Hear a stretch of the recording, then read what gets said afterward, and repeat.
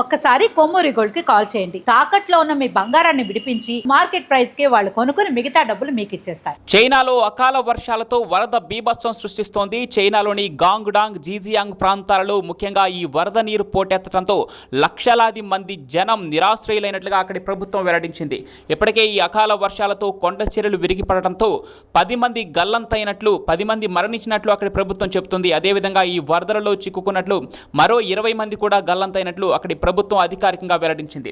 ఈ చైనాలో గాంగ్డాంగ్, జీజియాంగ్ ప్రాంతాల్లో ఈ వరదని ప్రవాహాలకు సంబంధించి దానికి సంబంధించిన ఎక్స్క్లూజివ్ విజువల్స్ మనం టీవీ స్క్రీన్ పైన అయితే చూడొచ్చు. ఇప్పటికే చైనాలో ఈ అకాల వర్షాలతో విద్యుత్ సరఫరా కూడా నిలిపివేసినట్లు తెలుస్తుంది. చాలా ప్రాంతాల్లో ప్రజలు ఆహారం దొరక కూడా తీవ్ర సంక్షోభాన్ని ఎదుర్కొంటున్నారు. ఈ అకాల వర్షాలతో వేలాది కార్లు కూడా ఈ వరద నీటిలో కొట్టుకుపోతున్న దృశ్యాలు మనం ఇప్పుడు క్లియర్గా చూడవచ్చు. చైనాలో అకాల వర్షాలతో ఇప్పటికే 10 మంది మృతి చెందగా 20 మంది గల్లంతైనట్లు అక్కడ చైనాలో అకాల వర్షాలతో వరద బీభత్సం సృష్టిస్తోంది. చైనాలోని గాంగ్డాంగ్, జీజియాంగ్ ప్రాంతాలలో ముఖ్యంగా ఈ వరద నీరు పోటెత్తడంతో లక్షలాది మంది జనం నిరాశ్రయులైనట్లుగా అక్కడి ప్రభుత్వం వెల్లడించింది.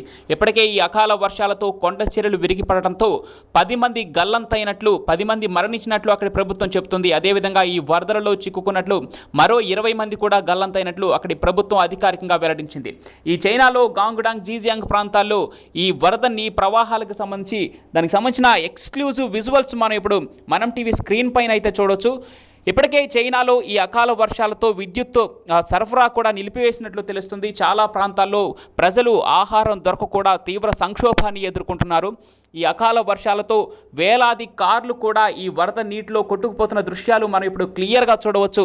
చైనాలో అకాల వర్షాలతో ఇప్పటికే 10 మంది మృతి చెందగా 20 మంది గల్లంతైనట్లు అక్కడ ప్రభుత్వం చెప్తుంది. కొండ చర్యలు విడిగిపడి కూడా జనాలు మృతి చెందినట్లు తెలుస్తూ ఉంది. రోడ్లపైకి లక్షలాది మంది జనం వచ్చి నిరాశ్రయులైనట్లు కూడా అక్కడి ప్రభుత్వం వెల్లడిస్తూ ఉంది.